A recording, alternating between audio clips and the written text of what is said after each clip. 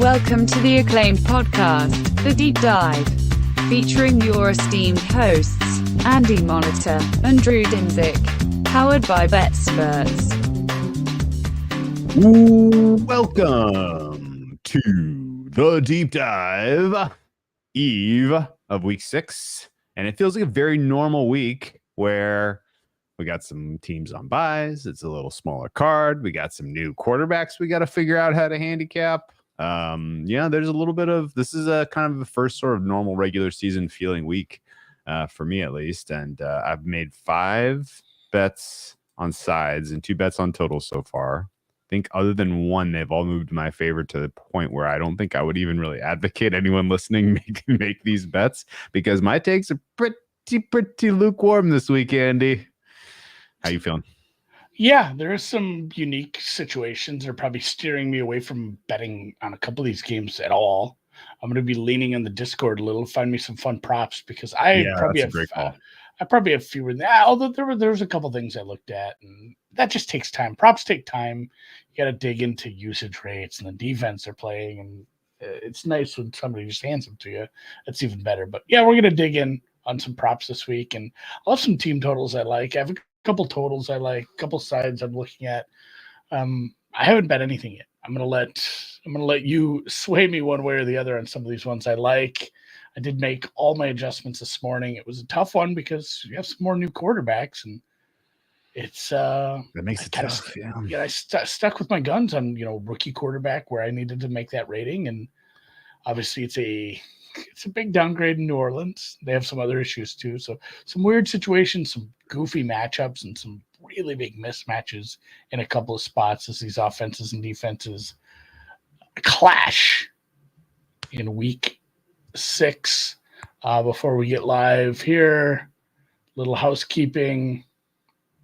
You gotta move your head to the left. Oh yeah, it is Drew's birthday, 38, 39, somewhere in there. Dude, remember when we used to have like the what was it, the Snapchat filters? Remember when you do this or something, you do double thumbs up, and it would like fireworks and shit. I guess you have to be on your phone for that. Yeah. No, there used to be some fun ways to play around in here, but we don't do that anymore because we're serious. Yeah, we're all too business. Serious. All business all the time. All right. You want to get right into it? Thank you for the happy birthday wish, by the way. It's been a phenomenal month so far. My celebration was really going to wine country and having a 4-day bender, as I mentioned to you via text, which I have now recovered from enough to do a podcast. So good job by me. All right, let's talk about some of these games, and let's start with Thursday Night Football game, which is a bit of a high leverage game, I gotta say, man. One more loss here for the Niners, particularly with Kansas City on deck, and I don't feel like they would feel in especially good situation considering that there are a cluster of 10 teams fighting for 7 spots in the NFC. When you kind of weigh in the fact that nobody's that good and that the middle class has a lot of easy schedules, if the Niners lose these next 2 games, they are very much in dire straits, and the market is supporting them in this game, I think, for a number of reasons. I haven't bet the Niners in this game at 3. I'm not dying to bet 3.5, even though my fare is 4.8. But I think that the kind of cluster injury that has hit the Seattle defense is sort of the top line. That's where you start, right? Like, Seattle's been backs against the wall, throwing the ball like maniacs because, well, number one, they can't run effectively because their offensive line still stinks. And number 2, the defense has put them in negative game states now 2 weeks in a row. And I don't think that necessarily changes here. I don't know that a back to basics run the ball on early downs approach from Grubb and company will work. So I think there's probably 2 game states here. One where San Francisco just delivers like a 21-3 beatdown, and then another where they keep airing it out like they have been. And this is more of a shootout, 38-31 type of game. But either way, I don't think San Francisco's winning by only a field goal. They have a new kicker, right? They did. They signed Matthew Wright. Their other kicker is like Mr. Wright. Month. Mr. Moody is being replaced by Mr. Wright. Yeah, that stunk. Like, because he was one of the better kickers. Hafunga, that was a little surprising. As far as on the injury standpoint, it seemed like it was just like a little wrist thing, and it's like, no, he tore ligaments. He's out for a month. Yeah, I guess limited with a knee injury, and then they also Demetrius Flanagan Fowles and Jordan Elliott up in the front seven are ruled out already. Getting a little thin defensively for them as well, but at the same time, I don't quite understand what the Grub game plan is at times. They haven't been able to run well. They barely used Kenneth Walker. I don't know if that's going to be they've said it's a point of emphasis. I hate it when they say that. So it's like, well, you said that out loud. No, like if you actually do this, like then you look pretty stupid when they stop it. It's still a good defense, even missing some pieces. Even getting a piece or two back, the Seattle defense has been pretty atrocious at times. It hasn't really worked out with what McDonald's trying to run. So I don't know. My Seattle number is kind of jacked up. This is one where I think I was pretty much on market. Now that it's up at 3.5, I'm still my Seattle number is still broken. This total has been bet up to talk about your second kind of scenario there where it does turn into a shootout. If Havunga and Ward and some of these other injuries matter and they're able to air the ball out, or if they're just put in a negative game state and the throwing does work, then we probably end up in a weird spot. And we bitch about Thursday Night Football when it's a terrible game between two terrible teams. But then we bitch about Thursday Night Football. It's like, oh, man, this shouldn't be a Thursday game. Like, I want to see these teams rested and fully healthy on Sunday. So, which is why the easy solution is to not have Thursday Night Football. It's 20 weeks, 18 games, 2 buys, and every Thursday teams coming off of mini buys, which would be sick. All right, now let me ask you something, Andy. Have you seen much of Malik Mustafa's work? Because the Hufanga injury, I actually don't think is the important one here. Mustafa's been very, very playable. He can play. Yeah, I mean, he's been in and out as it is. Ward. It's probably the Ward is way bigger. The Ward one is the bigger one because he's having the receivers that they have. One. Yeah, having the receivers, you can't lose a boundary corner right now. Yeah, Lenore is playing excellent nickel. He can cover JSN. You need Ward out there playing well, I think, to cover Metcalf, and then I think you can keep the Seattle offense in check. I don't disagree with the oversteam. I'm worried about a game state where Seattle self-inflicts their ability to move the ball effectively. And honestly, like, there was a world this offseason where I was dreaming about Seattle kind of shaking the little brother, big brother issues they have with San Francisco. But considering who's available defensively here, I don't think it's happening in this game. And they got another soon. They got another one with San Francisco soon. Both of these are early tilts, and I don't think they're going to be. I kind of think it's we're a year away from Seattle being relevant. I don't know. Yeah, the defensive injuries haven't got better. They got Nwosu back. He heads right back to the IR with a different injury. Reek Woolen is out. Byron Murphy's out. Derek Hall is questionable. Love and Mafe are both questionable. If you made me guess, I think Mafe and I think he plays. Hall probably go, and I think Love does not. That's my gut. That said, all three of those guys go. There's still huge holes all over the place. Well, and I think the biggest hole is in the middle. Like this is a team, despite having McCaffrey out, has been able to run the ball, even when it's some of the gadget stuff and it's not just straight up Mason.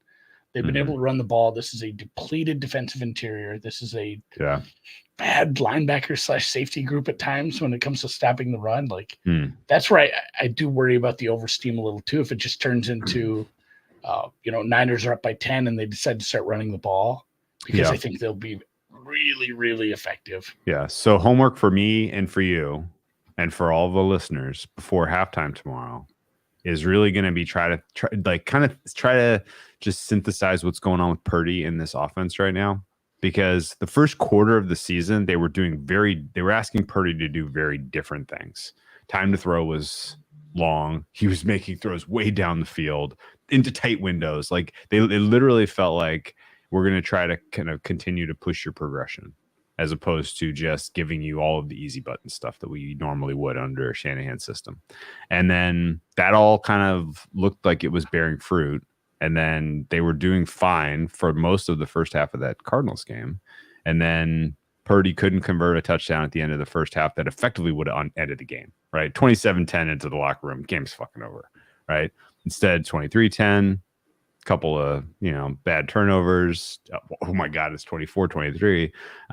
And I think the Purdy that you saw play for most of the second half of the game was not the guy that I've seen play for 4.5 other games this season, and or last season, even. or last season. And I watched every snap, like looking for was there a play where somebody landed on his arm funny and kind of tweaked his rotator cuff or hit his hand? Was there something that affected the quality of play that you saw from him between first and second half? I've kind of settled on no, he's fine. He's there. It's not a Purdy issue. It was just the heat or something like that. He just. I want to give Arizona a little credit. And that okay. So Budda Baker obviously Budda Baker's the best player on that team. Sure. On the defense. And they've gotten a little more out of the young secondary, and I want to give him credit for that as well. Probably coaching up some of these. Yes. Yes. What's the linebackers in particular? The linebackers are better than we're giving them credit for too. It's still a very bad defense. It's still bad overall. Yes. But they had a little more life in that secondary, and you saw that at times, especially in the red zone. They really were, and that should be easier for a defense to clamp down on some of the stuff. But what they did in the red zone from a defensive back standpoint looked pretty good. Okay. So I'll give them a little credit there. And, it's still San Francisco has to be better if you want to be. This isn't a middling team where it's oh, man, we lost a game. We could have won. This is a divisional game, and you're supposed to be a Super Bowl contender. You need to hold on to those leads. Okay. Well, Requel and out for San Francisco is actually honestly a step down defensively in terms of the secondary you're facing here, because so far this season, Witherspoon and Trey Brown have sucked. And I don't think that they're good. They're matching up well at all here. So let's go Niners and watch Purdy's snaps in the first half pretty carefully to see if there's something I'm missing about what's going on with him. And we'll talk about it at halftime. I did look a little bit at San Francisco team total over here with the total going up just as a way to back San Francisco. I don't love laying over the field goal now that it's a divisional game on the road like this. Tough. I'm projecting them 27 points. Yeah, tough week for Seattle coming off that game and heading into this one though. So San Francisco team total over is on the list. Okay. Game 2, London town. The London Jaguars at the Chicago Bears in Wembley, right? Wembley? This one is Tottenham, I think. Tottenham? And then they go Wembley. And they go Wembley next week? Okay. Yes. Well, really interesting handicap. I don't have a dog in this fight. My numbers say that this line should be 2.1. My numbers say that this total should be 43.5. We are getting there on the total, and we are already there on the side. I think the absence of Brisker is noteworthy for the Bears. Yeah. And I think the Jaguars defense is kind of a mess, but they do have a pass rush, which there's flashes. The pass rush was unraveling good. Of Caleb. So yeah, the biggest issue I had with it was at first glance, I'm like, Jaguars defense played better at times. I saw pressure, I saw pass rush, I saw edge rush, and then you look at what happened in the interior, of that defensive line against a backup center, against a backup quarterback, against a backup running back, and they were not very good against the run. It just didn't stand out because of the game state, and that the Colts had to go to the pass so often. I think in a game that was closer and the Colts would have been able to run more, it really would have stuck out like a sore thumb how bad that was. And the Bears, despite their offensive line woes, have been okay running the ball, especially with some of the short yardage stuff with Roshan. And Caleb's been better under pressure. This is a really the pressure hasn't been as present. Yeah. Which, the offensive line, it feels like honestly, you've seen this, I've shared a million times, I'm sure, which is Caleb's EPA and grades every week getting better and better and better since the Texans game. Well, I'm pretty sure it's dead 1-to-1 correlation with the offensive line playing better every week, and some of that is opponent related. I mean, the angle on the Bears last week is like there's no pass rush at all coming from the Panthers, and so if Caleb can't find some positive plays in this game, then we got a problem. Then a huge red flag. Yeah, but he passed the test. Yeah, but, he passed the and test. as you point out too, we talk about this in the preseason and when we're grading offensive lines in the offseason and after we make free agent acquisitions, we say the continuity of the offensive line. I think you can add a sixth spot to that as the quarterback, like a quarterback playing with a new offensive line, getting used to him, because you see this you ever see this when they bring in the backup and there's just like instantly 2 sacks because the offensive line just doesn't know where he's going back there. Yeah. Or especially if the backup is a different style of quarterback. Even the A-Rich to Flacco, that's a completely different kind of style of quarterback. There's, maybe just getting used to how he plays, how he moves in the pocket. I think that makes a big difference. Playing the Panthers certainly didn't hurt. They don't have anybody that can, really pass rush at this point. So this is a slightly tougher defense for the Bears to face. But even if you don't think much of the Jags, it's a much, much better offense relatively. So we'll see, we'll see if the Chicago run defense is truly good, because Bigsby looked good. Obviously ETN's banged up. Like Brian Thomas Jr. is legit. Brian Thomas Jr. versus Jalen Johnson is like get your popcorn. Like 2 young, like very skilled at their craft. Like that is going to be very cool. I'm fired up for that one. Yeah, and the Jags offensive line, that's another one. It's almost like the Bears were like, oh, Caleb was good. Well, it's the Panthers pass rush. Same thing with the offensive line for the Jags. I graded like, hey, they played really well. Then I remember like some of the names that we're talking about it up front for the Colts.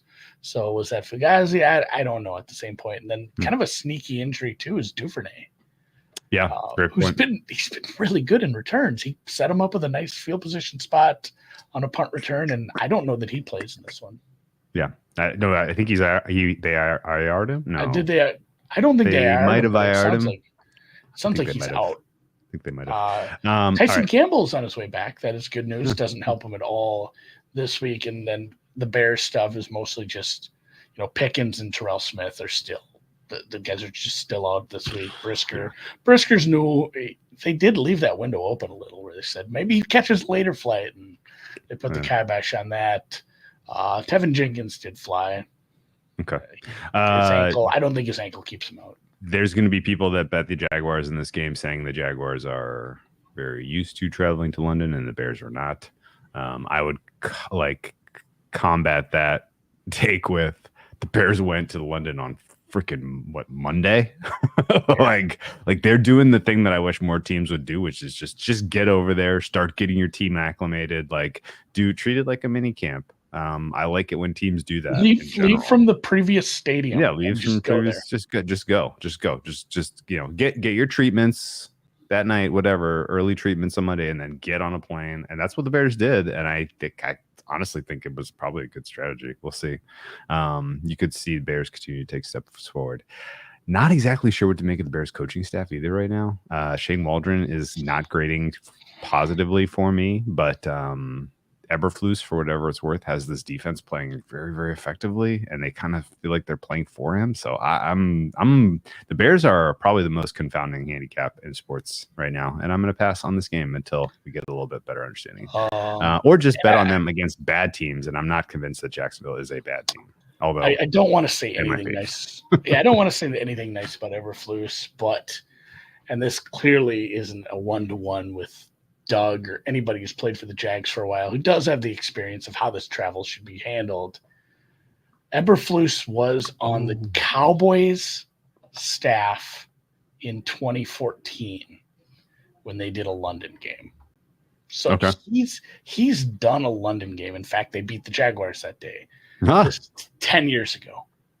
So I'm not putting just the other day. Well, this was pre-pandemic, so it was actually 100 years ago. It just I just wanted to look. I'm like, did he go over there with the Colts?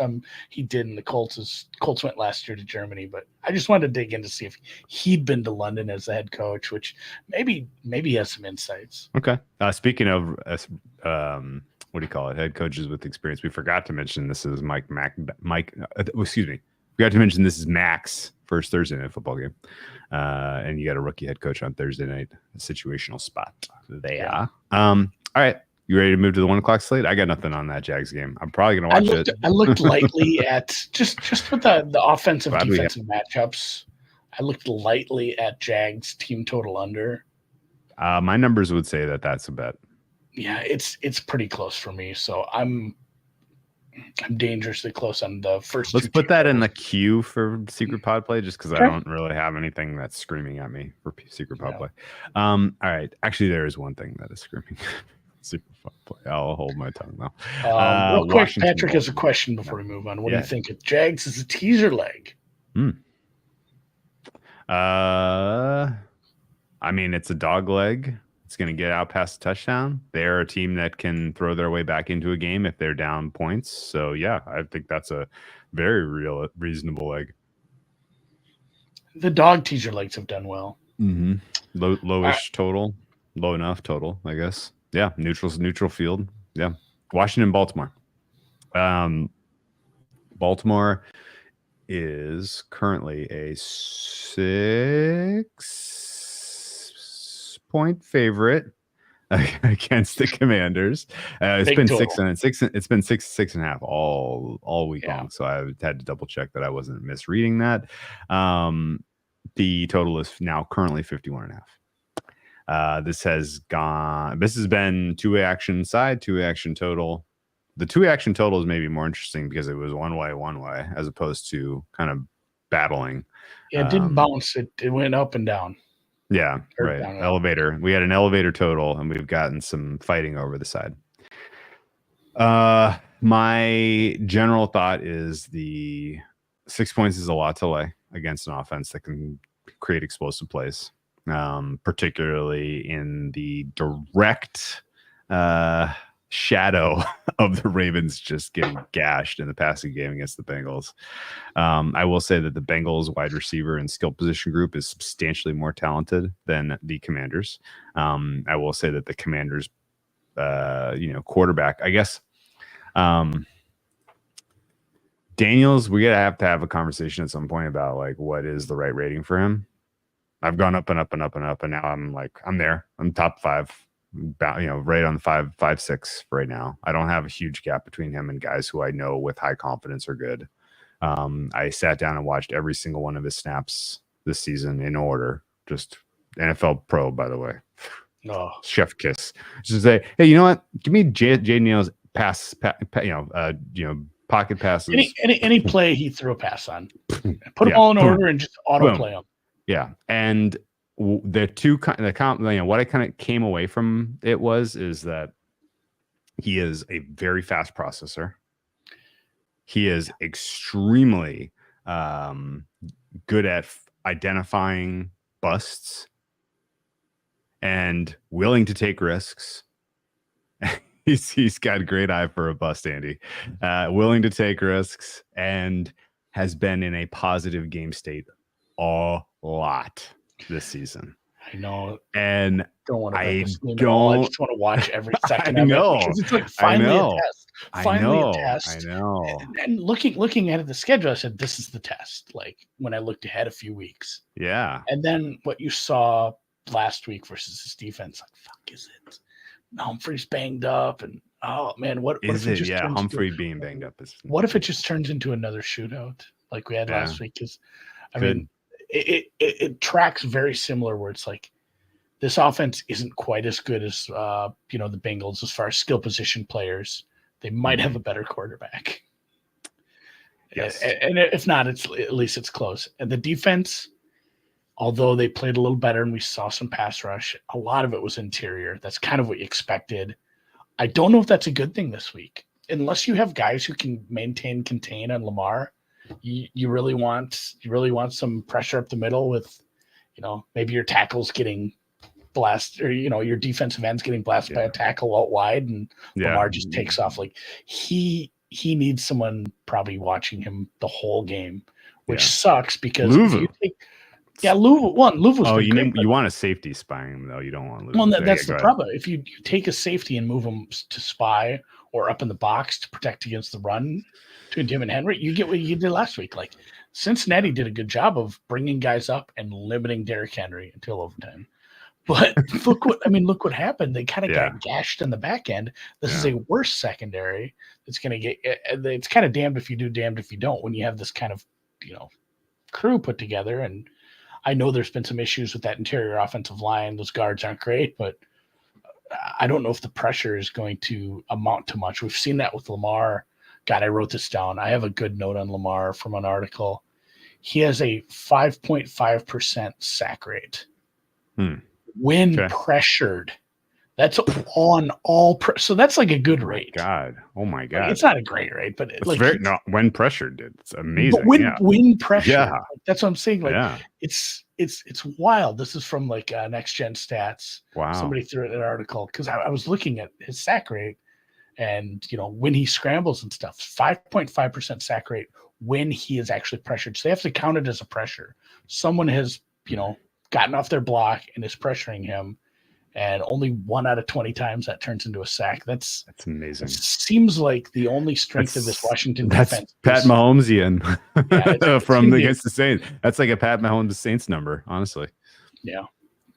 Still, I'm close to market here, and I won't be betting this one. I'm fine just watching this. Okay, so I'm close to market on the side. I have my fair side here is 5.9. I have. More recently than I actually kind of took a little bit of heat off of my number for the Washington defense after I went through the tape on the Browns game, because honestly, like, there were some moments where there were some rookie mistakes from Daniels, but even more than that, like, the Browns tape is just a CB 2, 3, and 4 for the Browns just can't play. Like, they're not good. And the tackle, the linebacking injuries caught up to the Browns, and then the Browns were just basically full on quit on the field. But the defense for the Washington Commanders is definitely better than I thought it was. It's better than the sum of the parts, which means Dan Quinn is doing a good job of coaching these guys up. Luvu turned out to be a great addition. In general, like, who are the coverage guys? One of them stinks and one of them's fine. St. Eustace stinks. Forbes is now that Forbes is out. Sanders still I thought was fine. So yeah, I mean, I guess just in general, like, the defense is it's playing better. And it's like the guy from Dallas, Noah Igbehene. Igbehene. Yeah, and the edges are better than we thought too. So overall, like, I'm up to Washington being a top 25 defense, but the market is still rated on 30th, which I don't think is right. So keep kind of, I think in general, I'm going to probably be on some Washington unders when we have these kind of Daniels on the road against at least some capable vets, and a total that was 53 at one point. So I bet under 53. My fair on this one is 49.6 because it has come down to 51.5. There is a hair of an edge, as if you remember back in the day when we used to have points in the NFL, Andy, 51 was a soft key. So I guess there's some meat on the bone there. I made a case for it last week. It got bet down. The market agreed. And then, I mean, the product on I just worry too much that there's a situation very similar to last week's game where this is just Cincinnati East and we end up with a very similar game state. I don't think Washington's going to get conservative with a lead either. They've, in those positive game state games, they've continued to put out the same kind of offense. It hasn't gone super stale. So I don't know. I looked at Baltimore team total over with that matchup. Just I expect some broken plays with how Lamar plays. I expect Derrick Henry to be very good again. And it's like 28.5. That's a lot. Okay. It's a lot. It's a big number. All right.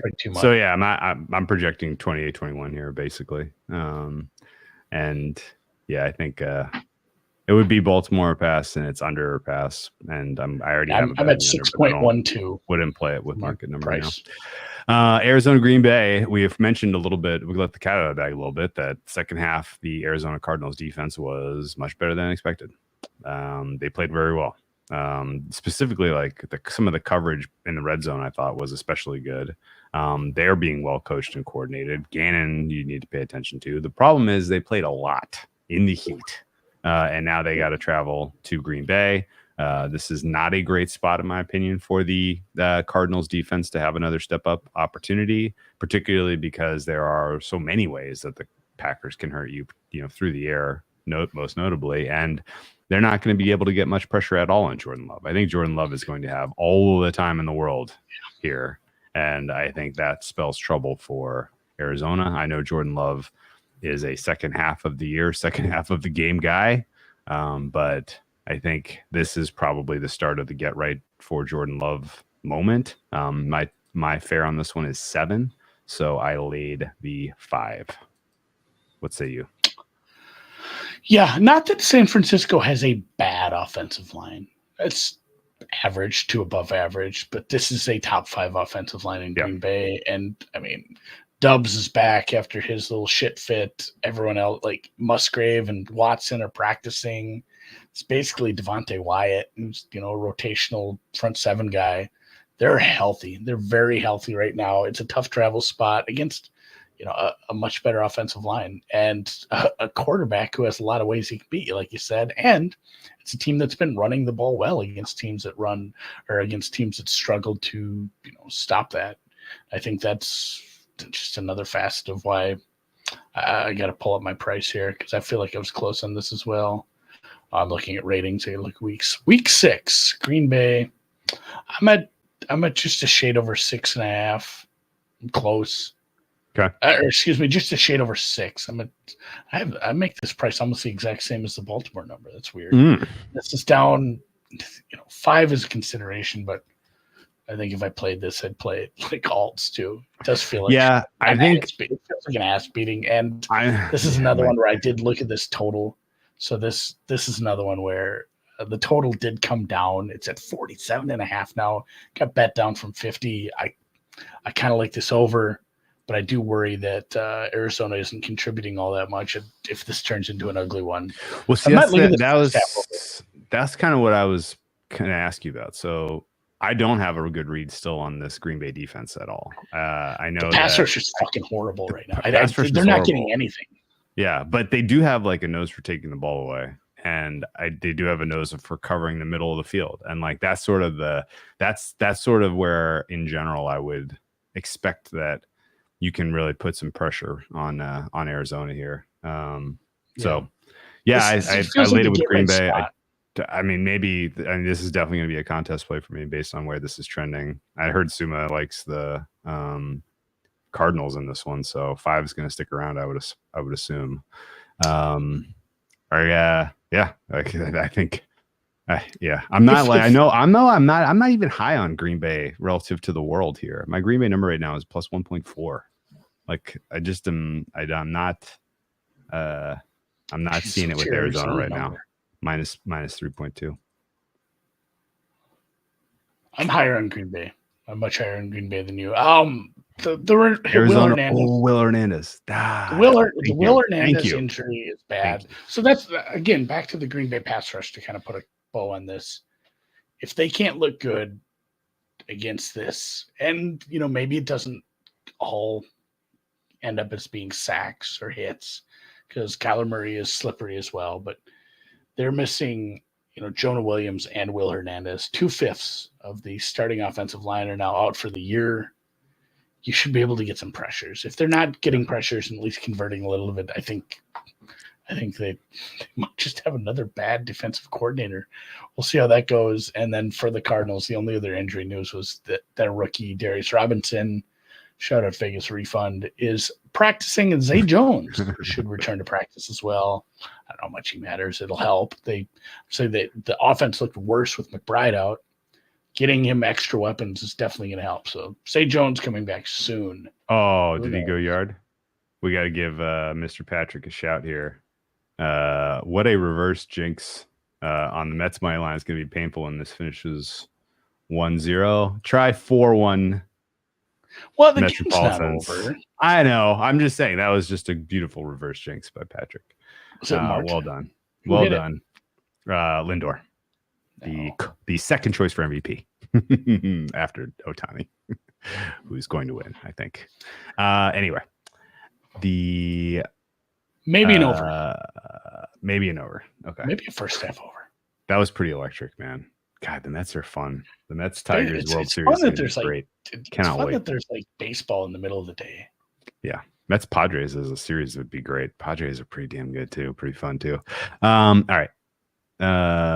Just a great day of baseball in general. 4 freaking games that 4 meaningful games, 2 elimination games. Like this is a great day for baseball. They should have told people about this. I'm cheering for the Royals. Okay. Houston, New England. I played the over here at 37 and I think 37 flat. It's up to 38. I bet it basically hoping that the rumors about Drake May going were going to come true. Jacoby Brissett is not the guy. And while I don't really want anything to do with the discourse about should they be starting him and is this team good enough? The Patriots stink, but by God, at least find out what you have.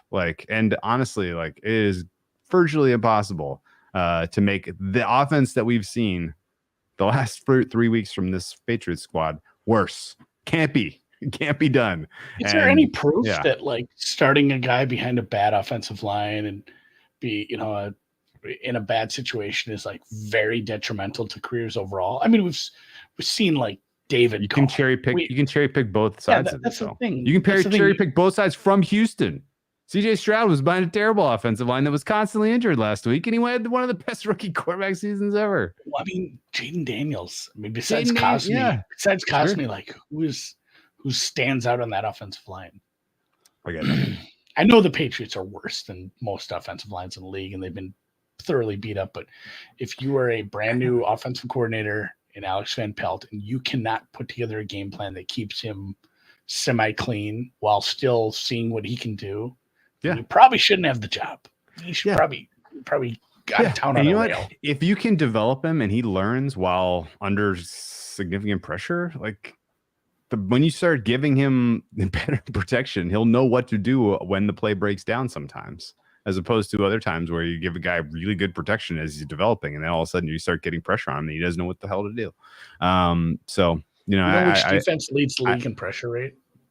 Is it Houston or the LA Rams? Because they're pretty close. It's Houston. Okay, so you're gonna get a million. But you know what? You know what I would rather have if I was going up against a team with a terrible offensive line and no pressure, a fucking athlete, a guy who can run around out there. He's quick. Yeah. Get an athlete back there. So I don't know. Maybe he'll make mistakes. Maybe it'll be some fumbles. Maybe it'll be an abject disaster. But I think this is going to be a little bit better offense. What did you do for your? I mean, I downgraded the quarterback. Brissett isn't. I didn't change my quarterback number. Better, and he has a higher floor, but his floor and his ceiling are, you can probably touch him if you stretched your hand out.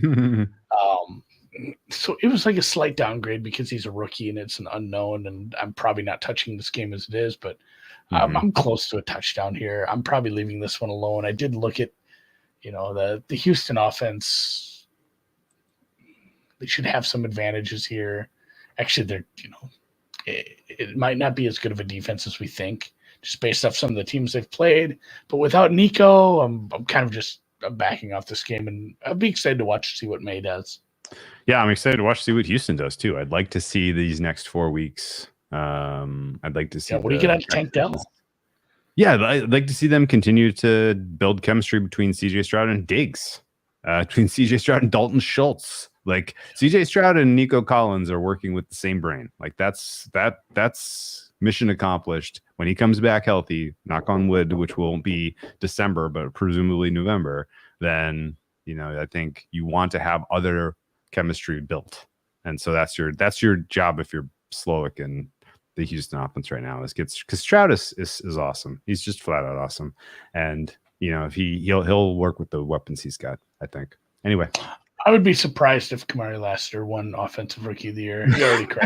He already has corrected himself. I just wanted to pick on him. Yeah, I think he still might be the only rookie with an interception. Yeah, he might be. Oh. I think the two best corners that I've seen play so far out of the rookie class are Lassiter and Kool-Aid McKinstry. I think Sanders still has a chance. Sanderson's been fine. Getting ahead of ourselves, Cooper DeJean is probably starting this week. Ooh, interesting. It's almost certain, according to beat reporters. So you might have another name to throw into the hat there. We'll see how that looks. Yeah, they've all been better than Terry and Arnold. I'll tell you that much. Queen Mitchell hasn't been very good either. Anyway, the over was a weak play for me. I made this one 41.2. That is largely because I'm projecting Houston to get to 24 here. I think we just need. What does that mean? I need 14 out of New England to get to 38 to get my over home. 14. I need 2 touchdowns from May. Hopefully, even if it's 1 touchdown for the offense and 1 touchdown for the Houston defense, then I think that's still possible. Let's cross your fingers. I don't know. I only played 2 totals this week. I played 2 gross totals. The under with an enormous number in Baltimore and the over with a infinitesimally small number in New England. We'll see. I did look at New England team total under, but man, it is a tiny number, guys. There's not a lot of room for 14, 17, 15. Like 15. I think it was 15 and a half. Yeah, that's not very high. So I don't know if we need to do that. Okay, let's move on. Excited to see May play though, and I would not bet May O'Roy. I think that ship has sailed. It is Daniels. Don't overthink. To your point too, Duggar might be out. Jabril Preppers is very out. I think he's in a jail cell right now. No, he got bailed out. Did he get bailed out? Oh, yeah, but he can't play. He's on the commissioner's exempt list. Yeah, for sure. Tampa next. New Orleans 271. We've seen pretty sincere support for the Widowmaker Bucks. I guess really the Saints are in the Widowmaker spot. I guess it's a double Widowmaker spot because they're rolling out a rookie to backfill at quarterback on top of being a short week. I don't see how you can do anything but back on it with extra rest. I don't either. Yeah. Even against this defense, and it sounds like Cansey is healthy. Vita Vea has been a beast. Even if you don't I don't think Winfield's back, but man, can you imagine? Imagine if they start getting everyone healthy. Lattimore versus Evans is a fun one. Well, not only the Widowmaker, so the extra rest versus the short rest, but the rookie quarterback thing is just massive here because, and the Discord was all over this too. This was like day one of my notes when they decided that Carr wasn't playing. I said, no matter what, it's going to be some shitty young quarterback, and you see what Todd Bowles does against that. Like that's a great point. This is the best part. Todd Bowles, this is his 3rd rookie quarterback. How is that possible? In 6 weeks, like he just super lucky, I guess. Him and Tomlin got that same voodoo going. Yeah, this might be Tampa alts. Okay. Tampa's looked great against every defense not named Denver. Defensive injuries caught up to them in a short week against an offense that really brought it. And but their offense pushed Atlanta. That they went out and scored 30 points too. This is a very good offense when they're playing bad defenses. And I don't know where you have the New Orleans defense right now. I still think they're good, but they're down to safety, I think. Willie Gay did return to practice, but I think Harris is out. They've been banged up really badly against up in the offensive line too. In fact, it's crazy because Lucas Patrick, I think he was playing center. I think they've had like 4 centers hurt now. They brought in some guy from the practice squad of the Jets. Like they can't get this interior offensive line solved right now. So this would be a good spot for Vita Vea to do some bull rushing. Yeah, it would be. That'd be cool. They do have the fastest defensive tackle in the league. I love that he brought that ball out. That was the weirdest. The weirdest story was like the when they show shots of Taylor Swift. I'm like, why is she so pumped? Like, she's been to like 12 games. I feel like she understands football, and that's a bad thing for her boyfriend. Yeah. And then they're like, oh, that's her backup dancer's brother. Yeah. And also, like, wait, like, did you see the clip that went around about basically like they caught her doing "I want to fucking kill myself," which is a very online NFL. Yeah, she's meme. A fan already. Yeah, and then they the guy that got the pick also concussed the shit out of Kelsey. Like Kelsey was dead man walking off the field when they called that timeout before the pick. And then that guy got the pick and took it, the thick pick 40 yards. It was incredible. Anyway, that was just a wild sequence. No strong opinion on this. Also, just kind of a quick takeaway outside of one broken play not broken. I mean, Shaheed did a great job, but outside of one deep ball where Shaheed does his one trick that he's good at. Yeah, of drawing an offense, drawing a DPI. The Saints were bad. The Saints were really bad. That's what I mean, yeah. I mean, yeah. I mean, well, he had the long ball too, but the Saints were kind of bad versus the Chiefs. They were very bad.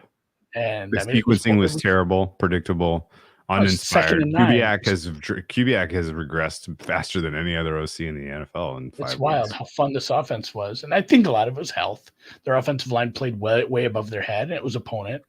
But man, they had the running game working so well in the first couple weeks. Now it just regressed to, it's 2nd and 9 again. Yeah. Okay. Bucks Tampa, versus I'm betting Tampa, and I'm betting Tampa holds. Big fun Bucks versus Falcons for the NFC South, presumably after they can bury the Saints after this one. Saints with a very quick turnaround and have to play the Broncos with Sean Payton going to New Orleans. Did you see that? Thursday Night Football next schedule. Week. Bad schedule. Widowmaker into Thursday Night Football. Yeah, bad. They're gonna score. They're gonna score like 8 points in the next 2 weeks. It's terrible.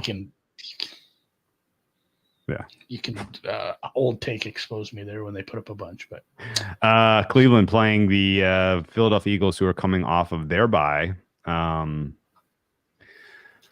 Okay, I make this game 8. I make this total 42.3. I have huge negative red flags for Cleveland's offensive line against the pass rush for Philly, and huge negative red flags for Cleveland's skill group against Philly's secondary. Those are surprises because I don't have good ratings on Philly's secondary at all. But this is a really fucked up state of affairs with Cleveland. What the hell is going on? Like, what the hell is going on? Everything looks so bad. I know it was a different quarterback, but it was the same coach. It was a lot of the same core. And trying to hang on to any sort of priors from last year, which turned out to be a huge mistake on Cleveland because they're playing at a much lower level on both sides of the ball and probably, just everywhere. And the vibes are way off. People who didn't practice today, center, Pochik, safety, Delpit. Matters. Cornerback, Denzel Ward. Matters so much. Your tight end in Njoku. Your long snapper, which sneakily matters. Hewlett. James Hudson, who he's played. Ronnie Hickman, another safety. Myles Garrett, I feel like it's probably just load management. But Amari Cooper not practicing was kind of surprising. Nick Chubb probably isn't getting back into this game. I think he's maybe 1 week away. He'd say day to day, but it feels like they were always going to wait a little bit on their injury report was horrible. I made some slight adjustments. I make this like 10 now. This is okay. I haven't even bothered. Nothing but good news. I haven't even bothered to make adjustments yet because I don't know who's really going to play or how hard they're playing or what. But I forget who made the point in the Discord, but it was exactly like straight out of what I was thinking, which is that there's like a bizarre triangle of chicken going on right now where everyone on the team is playing poorly in the hopes that Deshaun Watson gets benched. Deshaun Watson continues to play poorly because I think he's hoping he can just walk away with the money and not have to play football anymore. And the organization is like, no, we're going to keep sending you out there until you start playing better. I don't even know if that's possible anymore. Because it doesn't kid who gets caught smoking and then they make him smoke a whole pack. It's like Deshaun Watson, you sit down. You're going to play all 17 games with a shitty team, and you're going to get embarrassed every week. His decision making and his view of the field right now is broken. Oh my God, it's so taken bad. Off at weird times. And then Cooper's not helping. Cooper's been terrible. The offensive line injuries have made everything that we've already talked about worse. And then the defensive injuries, plus just some of the Kyle Hogan standoff. God, I'm writing that down for a comment of the year. I love it, Godzilla. It's absolutely bonkers how bad the tape was of Deshaun Watson at times this season, but every week. But except weirdly, some moments of the Vegas Raiders game for whatever reason. Last week though, like there were a couple of plays where it was just like you stop it before, if you know what's coming, you're like, how is this possible?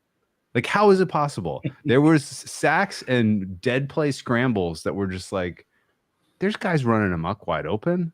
Like, there's nobody even close to pursuing Watson. How does he get tackled? Like, there was all kinds of just how did this happen from the Cleveland offense last week. And the Cleveland defense, man, as soon as Denzel Ward was out of there, they were just obscenely beatable. And like, this is not to disrespect Diami Brown, who may end up being a perfectly fine, capable player that has a 5, 6, 7-year career. Who knows? He's not fucking Tyreek Hill. And he just abused Martin Emerson on that long touchdown pass at the end of the first half. And then the game was over. And it was like, this defense is not capable of covering. All they do is run cover one. Jim Schwartz looks like he's tired and quit and is doing nothing innovative at all with these players. They come out in every game and their defensive line is, snuffing and fired up and playing hard. And then they get tired and they lose steam and their back end falls apart and they get beat. And this has got to be sacked with his back to the, that play was insane. And like if you told me like this was intentional, I would believe it. It looks that broken. And I cannot imagine how we're here. How he gets better. And this is, I don't know where you started your Cleveland Browns offensive line rating, but I think anything outside of the top 5, 10, clearly. Yeah, it was I think somewhere in the 5 to 7 range for me. I can go look. But like right now to rate them, your rating for them should start with a 2. Because I think I'm at 1.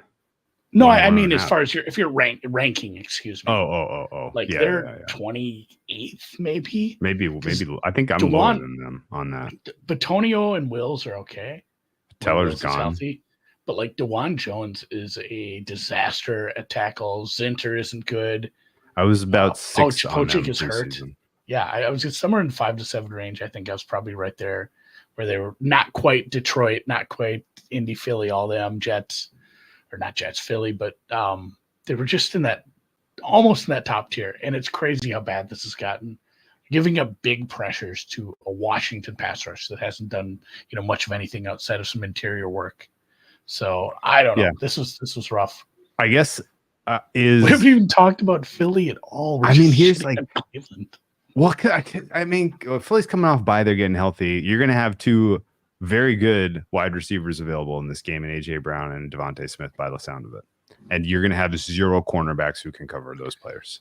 Yeah. So this Cleveland's defense is just going to get absolutely exposed here. The other side of the coin is like this Cleveland offense is going to probably make Philly's defense look good. Like they've made every defense they've played this season look good. And I am honestly like, I don't know right now if you put Cleveland versus Carolina on a neutral. I think I would make Carolina favored. Is that crazy without Denzel Ward? I have I haven't done injury adjustments here. I made Cleveland like 3/4 of a point better. Okay. But it's not like they'd be a sizable favorite against the Carolina team. Yeah, that'd be a terrible one. This is interesting. I don't know. I don't think this number is available. Maybe it is. But Cooper, if you want a flyer on Defensive Rookie of the Year, Cooper DeJean is your nickel corner. And they could use the help. I mean, they just basically Maddox looked kind of Amari Cooperish too. Like he didn't give a shit at times. And I think that was part of stupid not to just lay the points with Philly. Like, am I gonna be mad on Sunday that I didn't just lay it with Philly? So if I throw if I say Ward is out, and then I'm at 9.7. So, and if I say, some of these other injuries, let's say 75% of them go bad, it's like 11. Yeah, I mean, it's turning into Cooper, right? And honestly, like I kind of want to just pretend like Cooper's out anyway because it doesn't feel like he's trying or cares. I don't know. Yeah. Cooper could get traded before Sunday. Who the hell knows? Like, so this could be a healthy scratch as they're working on trade deals. Who knows? If this is, and there's not many 8s left in the market, or 8.5s. I mean, it was a banger teaser leg, even coming off a bye against a dead horse team, and getting all your good players back. Which, by the way, just 3 of the 4 most common names in the U.S. Brown, Smith, and Johnson. Just missed Williams. And they have a Williams on the defensive line. Just the most boring injury report as far as fun last names. But getting Smith, getting Brown, getting Lane Johnson back, just like, hey, these are the biggest people we can get back outside of a quarterback. Like, it's just such a massive bump for what this offense can be. You're going to see a good game out of Saquon, and maybe you should just lay this. Okay. Yeah, maybe.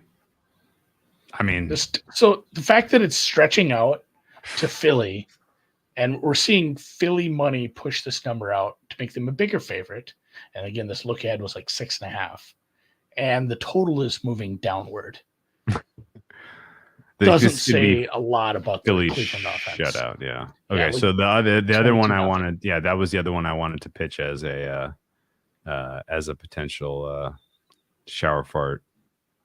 I'm sorry, as a potential secret pod play, which is Cleveland team total under. Like, yeah, I mean, they're not scoring 17, are they? Philly's interior pass rush is going to be up in Deshaun Watson's face all damn day.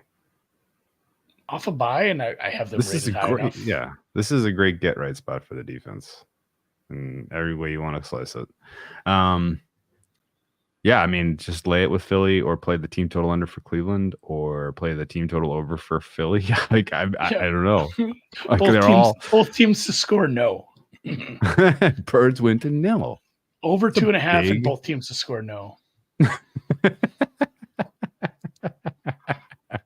I like those props. Those are fun props. Yeah, team total under or Philly. Like, I hate laying it.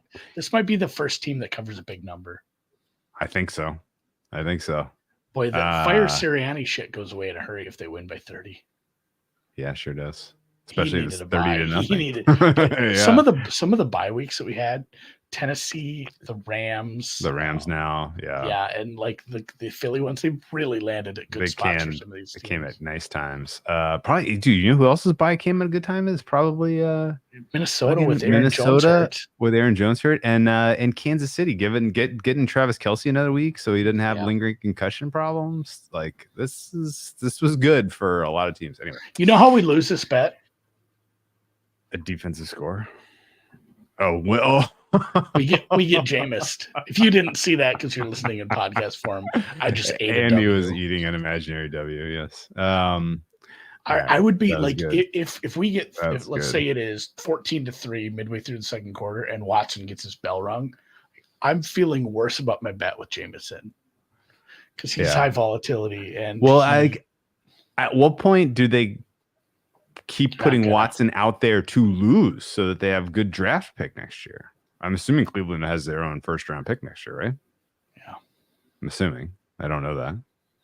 I think they do. I don't think many teams. I don't think they do.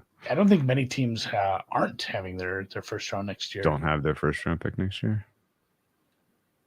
I think all 32 teams have their first rounder currently. Ooh, that's cool. Okay. Yeah, I have Tank watch very squarely.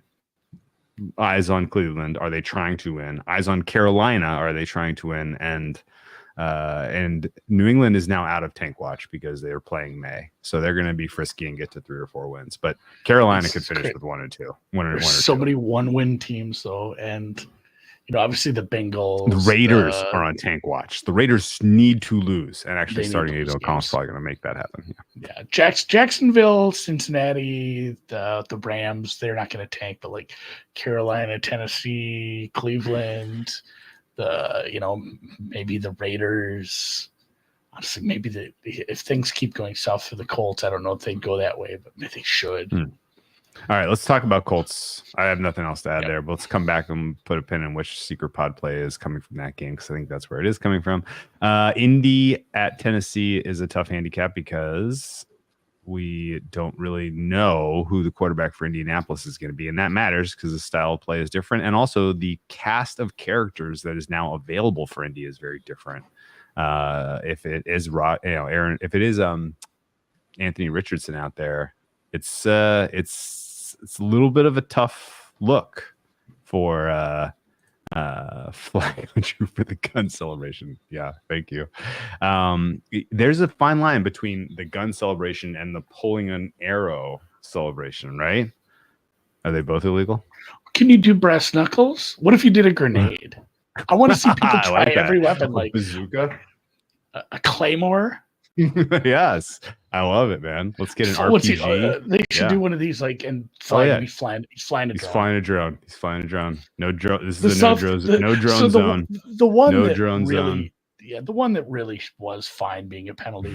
The South Carolina guy like walked around him like execution style, and like, I mean, who was the guy that did the drive-by? He like buckled his seatbelt, pulled out his gun, and did the drive-by. Did you see that one? Anyway. Yeah, that was like a D3 game, but that was awesome. Okay. That was fun. Anyway, Indy, I don't know if Richardson's going to go. If he does, this Colts team is in deep trouble because they are missing a lot of important players. Their defense is just absolutely gutted right now.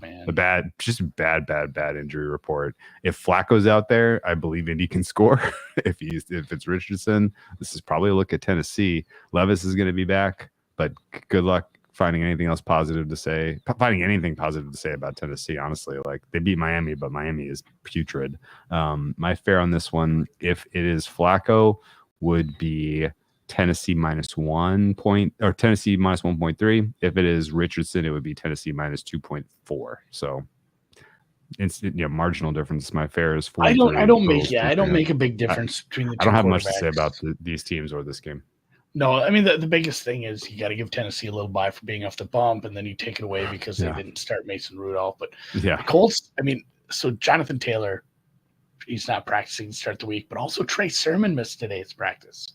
Down a couple running backs. It sounds like Pittman's gone. Yeah, Pittman for sure isn't going. Josh Downs didn't practice. That could be double bad. That was weird. Kenny Moore and Kwity Paye were limited, but they lost a lineman as well. Will Freeze broke his leg. Jesus was Christ. A rookie Dalton. So that was a strength of this team too. They had a really good offensive line. Now they're probably, I don't know if they're going to start Dalton Tucker again. I got to figure that out. But it was a rookie that filled in for him. A lot of nasty injuries for this team, whereas Tennessee is fairly healthy. Jeffrey Simmons has his elbow thing, but I think he'll be okay. And then Levis is back. I mean, that doesn't really have much else on the injury report for them. So advantage Tennessee against a bad defense is a chance to look good before you go back to losing a bunch of games. And Tennessee's defense is very good. This is a better defense than Indianapolis faced last week. So I think Flacco's great and it's fun. But if he's down one, possibly two wide receivers, this is a bad defense to do it against too. So it's Titans or nothing. I just don't make it. I don't make it a big enough number to get excited to back Will Levis right now. No, same. Chargers, Denver. Can't get there on this one at all. I make Denver favored. I took the 3 points. I should have taken the money line. I don't know why I waited. Somebody came in and took the threes, and now Denver money line is shorter, and I think I'm just going to see how this one goes. I know that the Chargers are getting healthier, but there are still limitations with the way that Herbert is moving as human, and there's even bigger there's still issues with the way that they want to run offense, considering they don't have anyone to – any viable weapons outside of apparently J.K. Dobbins. I know that Chargers coming off a bye, their defense could be healthier, but this is still not a defense that I am ranking anywhere close to market. Did you see that like Unpredictable would say this is like the top rated defense in the NFL right now? And that just in general, like people are treating these guys like they're good. I don't get it. I think this is a middling at best defense. Meanwhile, Denver, I would put handily in the top 10 right now, clearly in the top 10. Easy assignment for Patrick Surtain in this one. Guard whoever they put there. Just wipe him off the map. Okay, pick a guy and stop him from doing anything. I have Denver as like my 5th best defense right now. It's pretty congested there, but it's still the 29th ranked offense. It's not a good offense, and even if you think the Chargers defense is middling, I have them above average, but not great.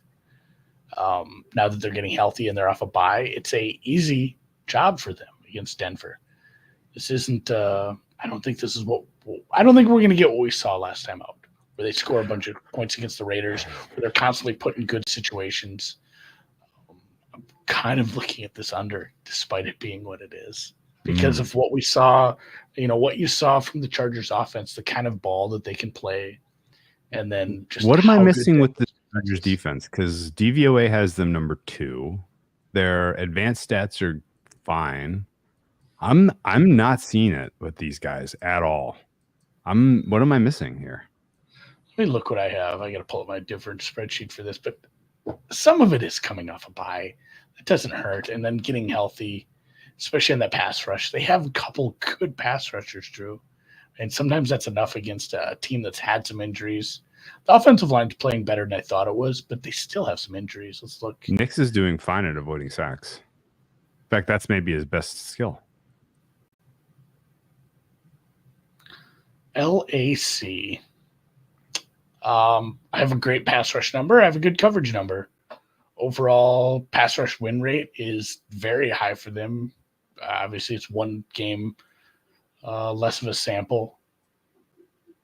Their offensive numbers just kind of stink. Their run defense is not good, but that's another spot where I didn't have that as like Denver as a team that can take advantage of that. Their run stop and their run defense has been the worst part of this defense. Everything else is graded out, average to slightly above average. And I don't worry about run defense as much, nor do I think I have to against this team. If they get some pressures here, it's going to be fine. Can you just help me understand though how you can be number 2 in DVOA which is presumably adjusted for opponent, when the three out of the 4 quarterbacks you've played include Gardner Minshew, Bryce Young, and Justin Fields? Congratulations for holding Mahomes to 17 points. Mahomes was definitely capable of putting more on you that day. I don't know. They looked. I don't know whose fault that was. If it was more KC or LA, but they looked shitty for big chunks of that game. That was the game where they lost. They lost Rashee Rice in the first quarter, though, and they just had no idea how to run offense through the wide receiver position. Yeah, and again, I think that would have been fine against a bad defense, but it's still. I'm not saying the Chargers are a great defense. I'm saying they're above average, and that's going to be fine against the Denver offense, especially if your weak spot is the run defense. So I kind of like this under, but boy, it's a little number. Well, the market's 36. With me on the side. I'm just gonna see how this goes. If this goes back to 3 and somebody is very sincerely no, the Chargers are better than you realize, then I'll eat it, I guess. But I don't know. I agree. I agree with you on that. I make this 1.7.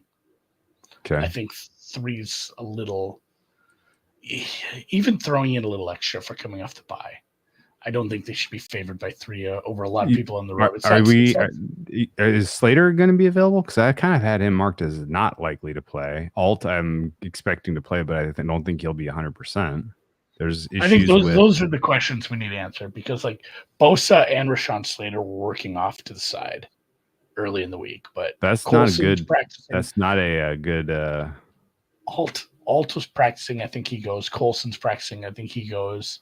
But the issue too is some of the secondary pieces, and it is going to be the Chargers injury report as we get to at Thursday. So it sucks about doing this on Wednesdays. These West Coast teams, we don't get the best injury reports yet before we have to do this. So I'm waiting to hear some more news on that. I have to make the Chargers a top 10 defense to get this to 3. I mean, I have them close, and I don't even have this at 3. Okay. Well, So that's the answer we're going to get one way or the other. If the Chargers are a top 10 defense, or if the Denver. bye is worth 3 points, one of the two. This is Pittsburgh. You take the points with Denver at home, or you don't. That's kind of it. Pittsburgh at the Raiders. Raiders should try to lose this game. Pittsburgh might not be good enough to win this game. The big news, Andy, I'm not sure if you saw this. For the first time in a month, Russell Wilson practiced in full. I mean, this was big enough news that every single NFL news guy tweeted it. Bang, bang, bang. I know they might start him, but like that doesn't what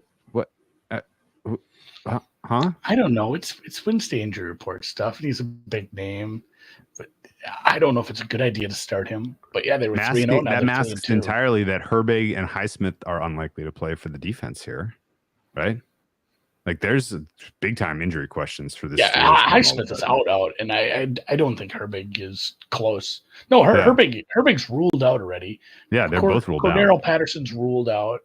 No Patterson. That's bigger news than Russell Wilson practicing. Art Smith.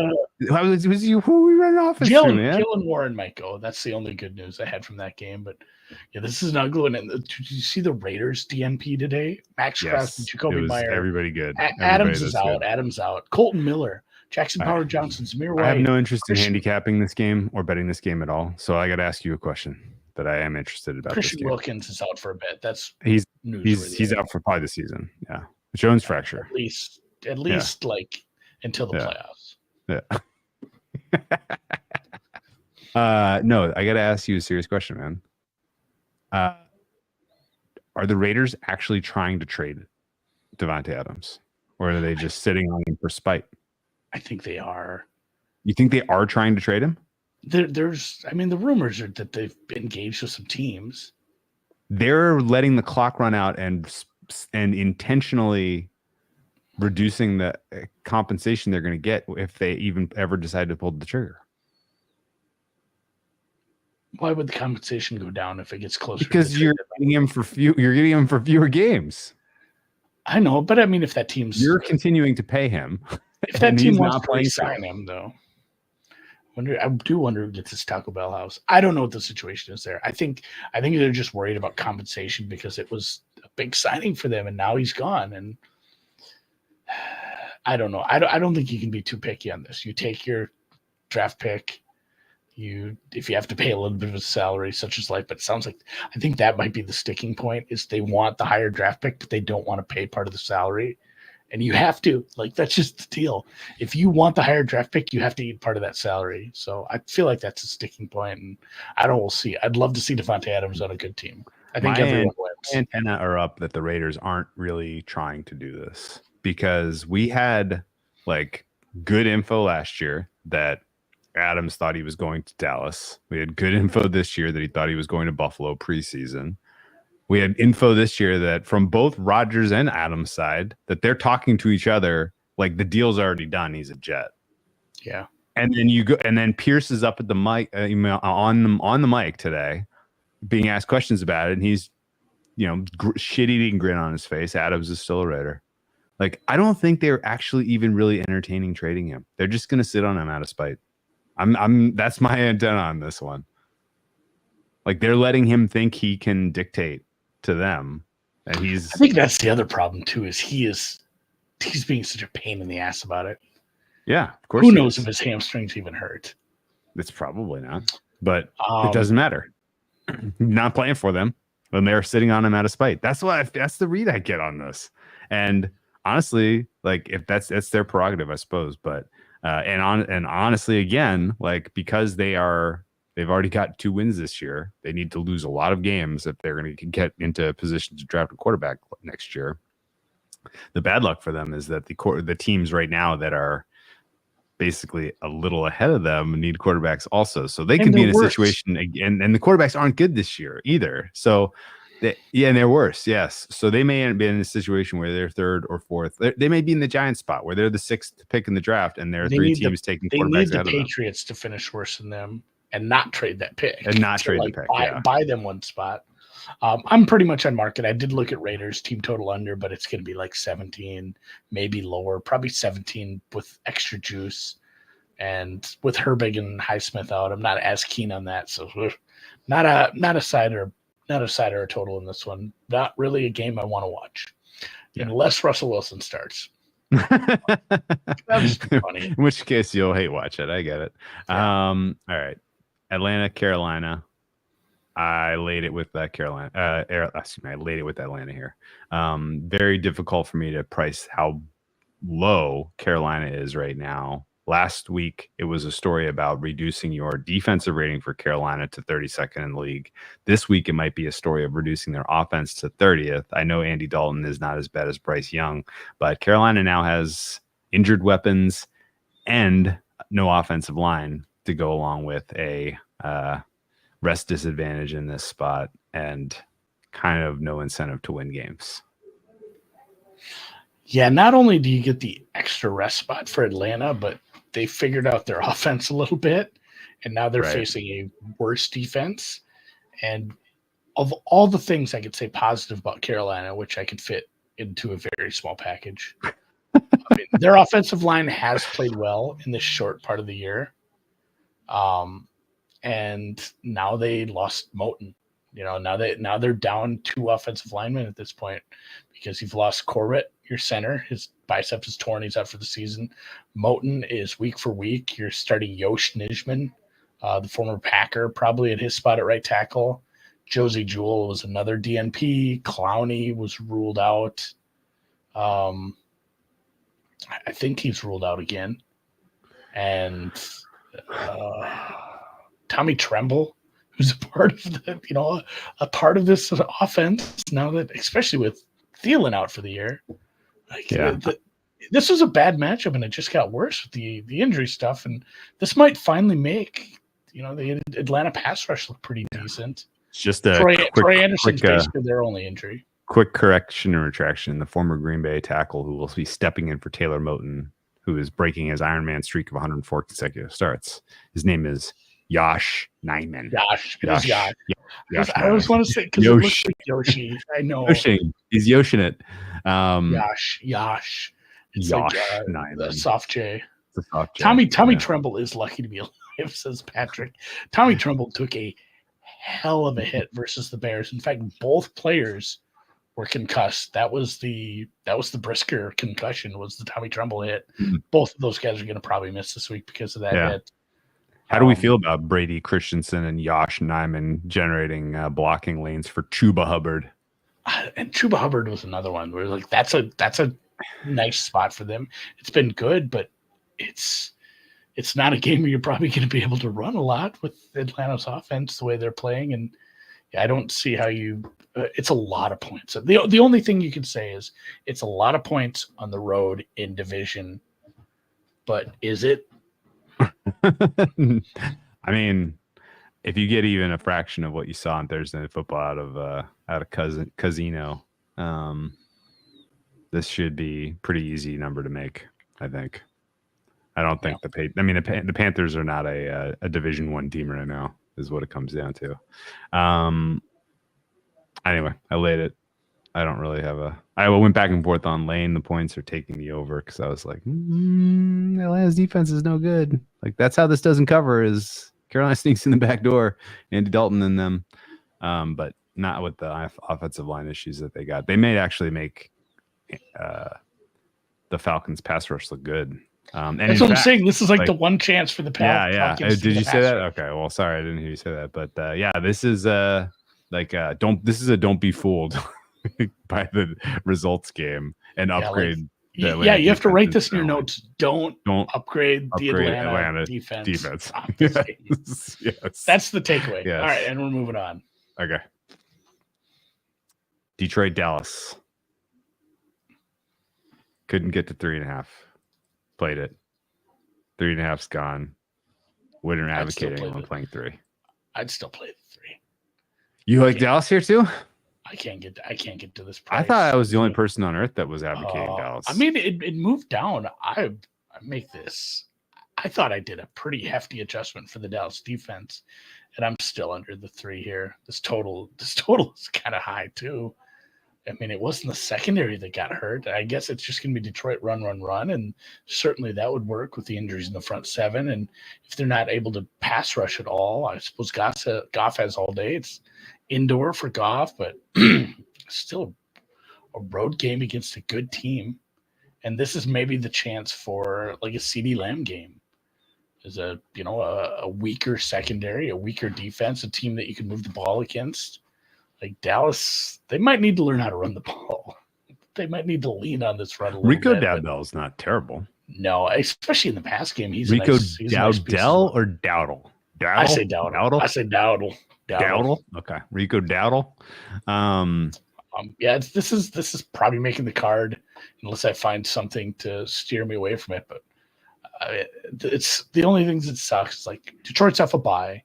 You're still getting Goff indoors, and Detroit has like nobody hurt. Yeah, they're Ragnow and Branch practice. Yeah, I mean, Derek Barnes is out. He's done probably the rest of the season with his knee. Ragnow's probably back.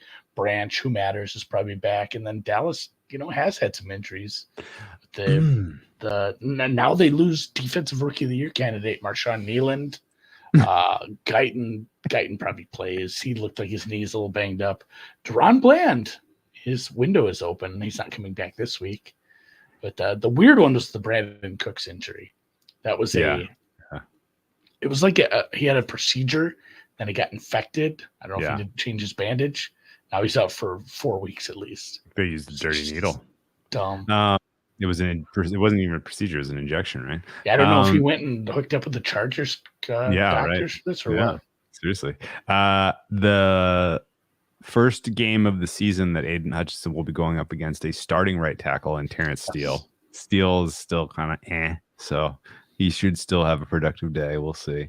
But Dak is a true test for this Detroit defense, I think, and he's going to be able to hang. And this should be a competitive game. And you know where I'm really struggling, Andy? These teams played not that long ago in the same place. Yeah.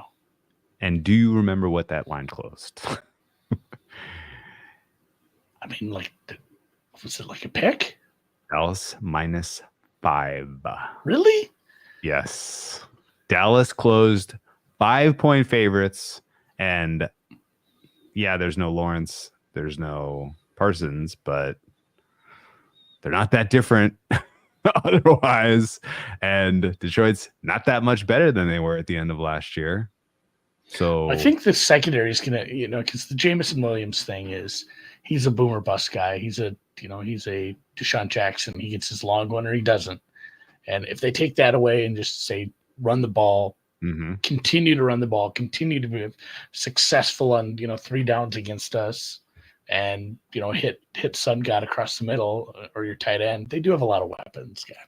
I don't know. They have a lot of weapons. I got to look into this. Laporte has taken a step back this year. And I got to tell you, man, He's not getting separation. Deron Bland is trending in. Really? I wasn't so sure on that. Is it? He was a full participant. He was an FP today.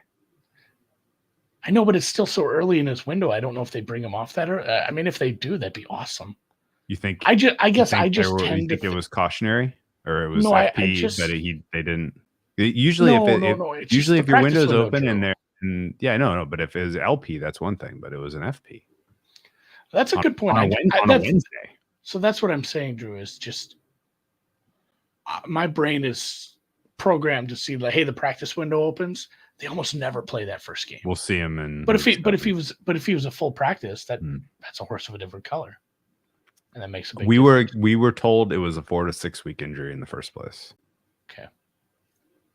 And that was actually like a week before week 1, right? Yeah. So it would stand to reason that he's at the end of the window last week. All right, worth digging into because that matters. Yeah. Anyway, we'll see. Diggs is playing fine. It's Dallas or nothing for me. Yeah, getting a field goal at home. Like an 8-point swing from the last time these two teams played. Really, 8. We'll see who else steps up on offense, because if they're able to bottle up CD, I don't know how we get here. Yeah, that's a good point. Cincinnati, New York Giants is your primetime game on Sunday night. The Giants are in some ways better and in some ways exactly what you thought, right? Yeah. But not good enough to make this a competitive game, right? This is a tough one too, because the Bengals offense probably deserves an upgrade. Their defense probably still deserves another downgrade, despite getting some guys healthy. This is a nasty travel spot. They had the cumulative travel. You mentioned that last week. It's disadvantage. Even being at home, it's disadvantageous for how much traveling they've had to do. And I've kind of went into the week just assuming that Malik Neighbors was close, and they said it's a long flight for a concussion. Do we want to bring him out there? Let's play safe. He's a young player. He did not practice today at all. So that's step one, is getting into practice and starting to work. That's problematic. And then Kayvon Thibodeau is surprise. That was a surprise. Week to week, he's a big part of a pass rush that's not just week to week, but defense. Almost surely out this week. Yeah, he's out this week. I'm penciling him out, but it's a week-to-week injury. And then Burns, Jackson, Adoree Jackson, Drew Phillips, who've been in and out and hurt a lot, they're all limited. Devin Singletary has a groin injury, which is a bad injury for a running back. The Giants didn't have a great injury report, and it was kind of surprising because I went in, like you said, I just went into the week assuming, Neighbors will be back, and doesn't feel super repeatable even against a bad defense to just continue to do what they did last week. Yeah, if the Giants were fully healthy in this game, we'd be having a conversation about money line, because there's some issues with Cincy for sure.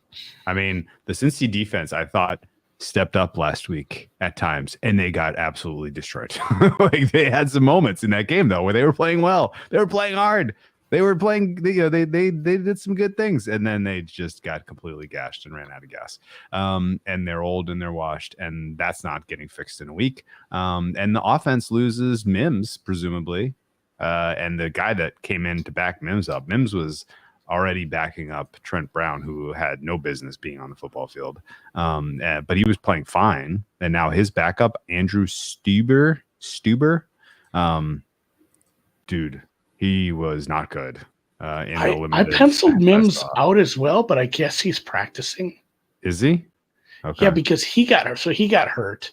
I didn't think he came back at first, because then that Jackson Kirkland also got hurt. And then Mims came back in the fourth quarter. So he's practicing. That's helpful because they can't lose, another offensive lineman. Gesicki not practicing stinks. Zach Moss not practicing, and then they lost Dax Hill, but I don't know if their secondary got like markedly worse. Mike Hilton was back in practice, so Sheldon Rankins. So a little give, little take, but at this point, and this is the only thing that's killing me is must win isn't must cover. It's a number point. It's a number on the road. And I'm a little scared off this, despite again being surprised by what the Giants' injury report ended up being. I make this number 4 and change though.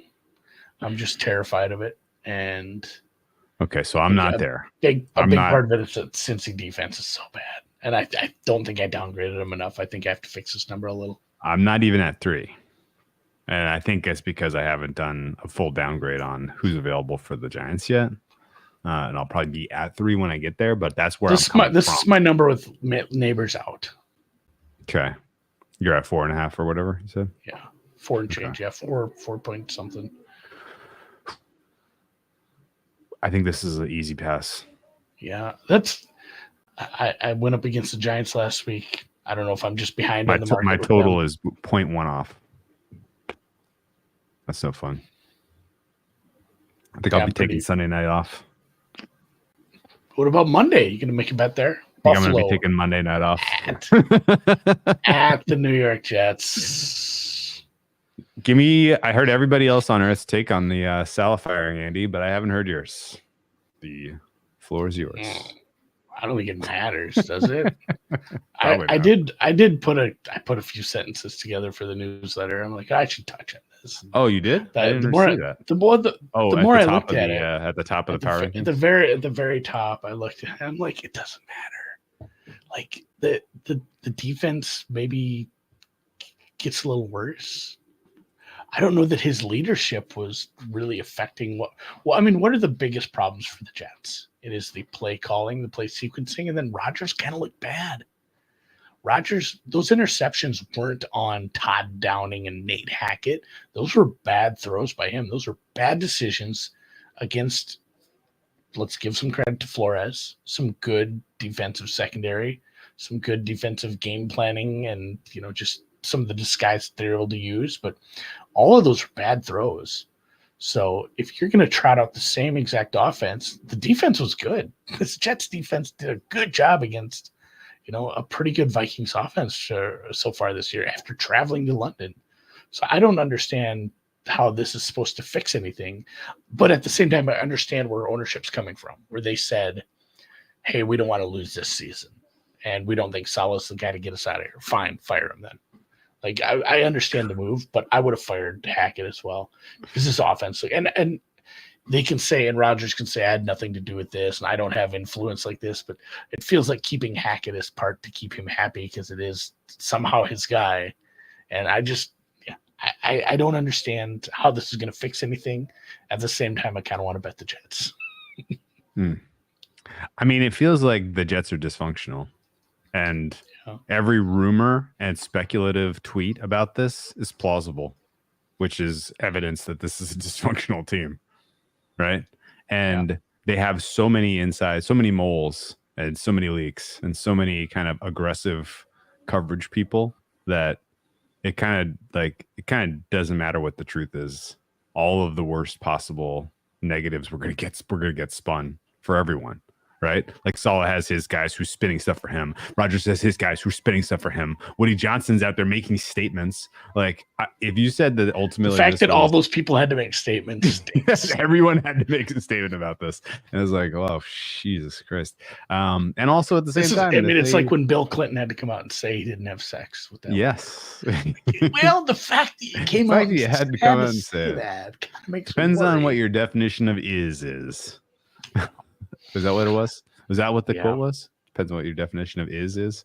I don't remember. I think it was just sex in general. He's like, oh, I didn't bang her. No, there was this. Depends on what there was. Anyway, fuck it. We'll have to go back. It is politics season. Yeah, I think the offense is still likely to have significant limitations as long as Hackett is the guy who's the main architect. Although it sounds like we may or may not be passing over to. Thank you, Patrick.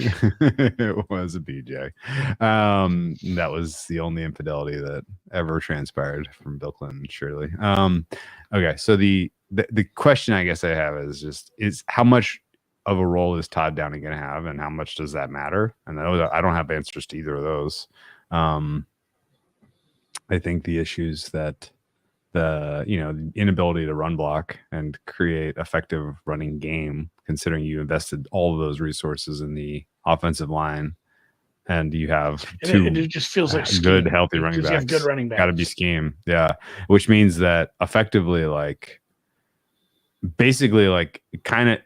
this team could find their way into a playoff mix. I guess they could win the East. I guess they could win this game and be in first place in the East, but I think that's a signal to bet Buffalo for the East. And I think the writing's on the wall that everybody's just getting fired after this year and they're starting over, right? Yeah. Rodgers probably isn't coming back. Yeah, I don't know what to do with this team. My raw number, and this doesn't take into situation anything, giving them the full home field. Getting the extra day maybe mitigates the travel a little, but I make this close to a pick without putting anything else into it. And I haven't done much for injury updates either. As the Buffalo one, that was another one that stunk a little bit. Where Shakir, he wasn't practicing today. Taron Johnson maybe comes back. Cook Cook not practicing, and Shakir maybe not being back. Curtis Samuel missed practice today, and then Josh Allen. It feels like we're being gaslighted. Like straight 1984 stuff. Like you ask, hey, did he have a concussion? Yeah, we've always been at war with Eurasia. What? Like what? Like it's like nobody wanted to talk about it. It's crazy that like how hard his head hit. Like every other player for some reason is just pulled. I don't know. They are human, these independent neurologists, and I'm guaranteeing they're not all the exact same person. It's not some robot that's making this call. We must have had the most distracted or liberal, as far as letting them play, independent neurologist in that game to just let him trot back out there. I thought that was kind of crazy. They almost won that game, which is kind of wild considering he was 9 for 30. But right now, if they're going to be missing multiple offensive pieces here against a much better defense, I have the Jets defense rated better than Houston, and this is a travel spot. I don't know. I make this close to a pick 'em, but man, do I not want to bet the Jets because this doesn't feel like you get the interim bounce. The interim bounce happens to a ragtag group of shitty players who like didn't like their coach. Who weren't trying, and now we're trying. Yeah, it's like, because the effort level goes from here to here. Yeah. The Jets defense is good, and they're trying. They're not going to get any better. And what the offense is going to try harder, it doesn't matter because of the scheme. So I don't know how you get this bump for the interim in this spot. So this is a bad spot to. It's Jets. I think Jets teaser. Jets teaser. Like I mean, the for whatever it's worth, like Allen has always struggled with the Jets defense, and now he has a head injury on top of it. So can't bet Buffalo. I'm honestly, I'm hoping. We could do a little thread the needle exacta. Jets win and then leave a spot open in the parlay. Put the Bills to win the East in the open spot after the game. Like Jets win the game but still lose the East. I feel like the negative correlation parlay. Yeah. I like it. Any other thoughts on week 6, on your birthday, on fall, on baseball? On Francis Tiafoe or Stefano Tsitsipas's what does Tsitsipas do? Oh, you haven't seen that? No, is he just acting like a fool? He just was terrible to an up ref. Oh God, why is that becoming a thing? I don't know. I think they're cranky at this point of the year. It's a grind. They get to October and they're mad. But I liked your joke about the the loud fuck out of Francis Tiafoe, man. I know that's such a niche joke. Like who watches this? Great niche joke though. Who watches Sarasota Open? Sarasota Challenger with Francis Tiafoe against. Can you remember who it was? All I remember is Tiafoe's face was so expressive, and that's why I remember. Oh, it's like Safulin. I don't. Was it? Silly. No, Safulin was this one. Okay, that's why that got in my head. I don't. It was somebody bad because it was like Sarasota, man. I think it's Safulin, but anyway, I don't know. I say I'm bad. And Giorgio, look at this, Giorgio. Oh, and Sarasota is in our thoughts for lots of reasons. I was just going to mention this because he commented, and we're hoping you're safe, dude. Because if you haven't seen, I'm bummed about this. One of the kind of like probably my favorite spot in Florida is Siesta Key. It is a very cool, chill place, and it is getting absolutely wrecked right now, and that makes me sad. And I hope everybody is healthy and safe, and I hope it's not that bad and it bounces back quickly and better than ever. Consensus: that guy who's staying in the boat, I don't think he's going to make it. That seems like such a bad idea. Oh, he's fully a scam artist too. Do you think he's going to sneak out of there or something? Yeah. Like you can't think that's. He's running a scam. Yeah, he's running a scam. Okay. Because I was thinking that I'm like, you know what? If he was able to sneak out tonight and then return, and if his boat's there, sneak in again.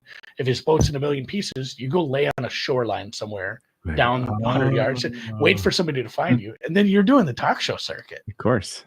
Like, he is a full opportunist scammer. There's no way the plan can be. I've been out on boats. I've been out on the open ocean when there's like 20 knots wind. Yeah. That's bona fide seaman. That's enough to like be like, this sucks. Yeah. 200 mile an hour gusts. like, there's no way the plan is It's this not good. is a good idea. So yes, our thoughts are with Florida. Hopefully you guys are evacuated if you're in the zone there. Hopefully early, because there's been 500 tornadoes today. And yeah, stay safe. Hopefully your stuff's okay and you'll return home. Will still be there. Hopefully it's just not as bad as just top 10 worst ever pressure and all that. Yeah. So and yeah, we'll be back tomorrow night for halftime of third Thursday night football with an NFC West tilt. Yeah, enjoy the Northern Lights, Andy. I'm probably gonna do an outdoor one because I think they might be up directly overhead. Magnetic storm. I love the Northern Lights when they get down to Minnesota. You're just having a moment, man.